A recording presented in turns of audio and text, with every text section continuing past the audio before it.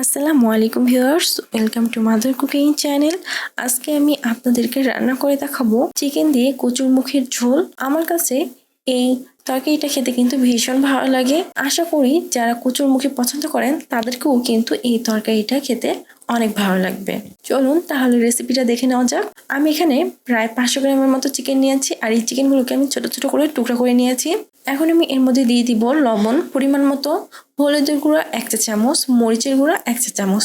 তারপর আমি এই চিকেনগুলোকে খুবই ভালোভাবে ম্যারিনেট করে নেব।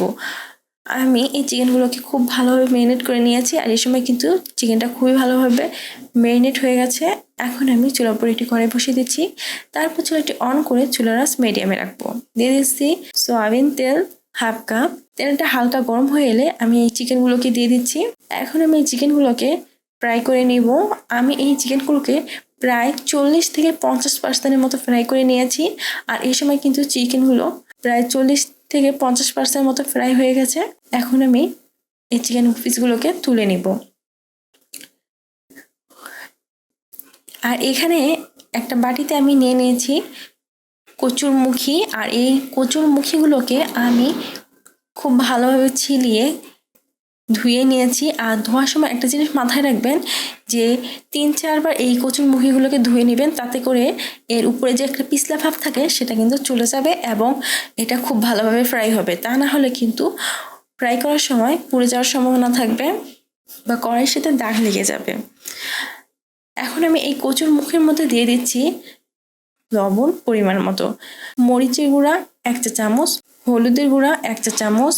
তারপর এই কচুর মুখিগুলোকেও আমি খুবই ভালোভাবে ম্যারিনেট করে নিচ্ছি। তারপর কড়াইয়ে থাকা অবশিষ্ট তেলে দিয়ে দিব কচুর মুখিগুলো।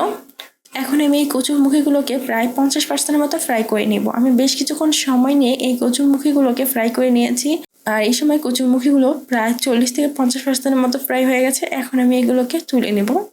তারপর কড়াইয়ে থাকা অবশিষ্ট তেলের মধ্যে দিয়ে দিচ্ছি পেঁয়াজ কুচি 1/2 কাপ, দিয়ে দিচ্ছি সাদা এলাচ 3টি, আর এই এলাচগুলোকে আমি একটু ফাটিয়ে দিয়েছি যাতে এর ভেতর থেকে এর স্মেলটা খুবই ভালোভাবে বের হতে পারে। দিয়ে দিচ্ছি দারচিনি 3টি টুকরা, লং 3টি টুকরা, গোলমরিচ 10 থেকে 12টি, তেজপাতা 2টি। এখন আমি এগুলোকে ফ্রাই করে নিব। আমি বেশ কিছুক্ষণ সময় নিয়ে এগুলোকে ফ্রাই করে নিয়েছি। এ সময় পেঁয়াজটা প্রায় 95% মতো ফ্রাই হয়ে গেছে।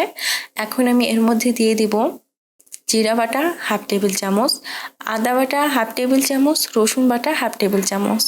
এখন আমি আদা ও রসুনের কাঁচা গন্ধ চলে যাওয়া পর্যন্ত এগুলোকে খুবই ভালোভাবে ফ্রাই করে নিব। আমি বেশ কিছুক্ষণ সময় চুলার আঁচ লো করে এগুলোকে ফ্রাই করে নিয়েছি যাতে এই বাটা মশলাগুলো কোনোভাবে কড়াইয়ের তলানিতে লেগে না যায়। এই সময় আদা ও রসুনের কাঁচা গন্ধ প্রায় চলে গিয়েছে এবং মশলাগুলো কিন্তু খুবই ভালোভাবে ফ্রাই হয়ে গেছে।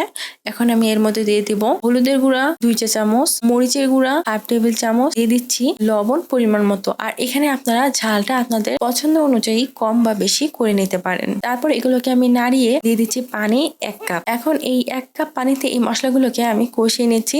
এরপর দিয়ে দিচ্ছি চিকেন পিসগুলো, দিয়ে দিচ্ছি কচুর ছড়া। এখন আমি এগুলোকে বেশ কিছুক্ষণ সময় নিয়ে এগুলোকে খুবই ভালোভাবে কষিয়ে নিচ্ছি। আমি প্রায় 5 থেকে 6 মিনিটের মতো সময় এগুলোকে কষিয়ে নিয়েছি। এখন আমি এরগুলোর মধ্যে দিয়ে দিচ্ছি পানি 3 কাপ। আর এখানে আমি পানির পরিমাণটা একটু বেশি ব্যবহার করেছি এই কারণেই যে আমি এই তরকারিটাতে একটু ঝোল রাখবো, আর এগুলো সিদ্ধ হতেও প্রায় পানি লাগবে, তাই পানির পরিমাণটা একটু বেশি দিয়েছি। এখন আমি কড়াইয়ের ঢাকনা লাগিয়ে বেশ কিছুক্ষণ সময় নিয়ে এগুলোকে রান্না করে নিব। ফিরে এলাম প্রায় 8 মিনিট পর। এ সময় আপনাদেরকে ঢাকনা খুলে দেখাচ্ছি। এ সময় কিন্তু ঝোলটা হালকা শুকিয়ে গিয়েছে।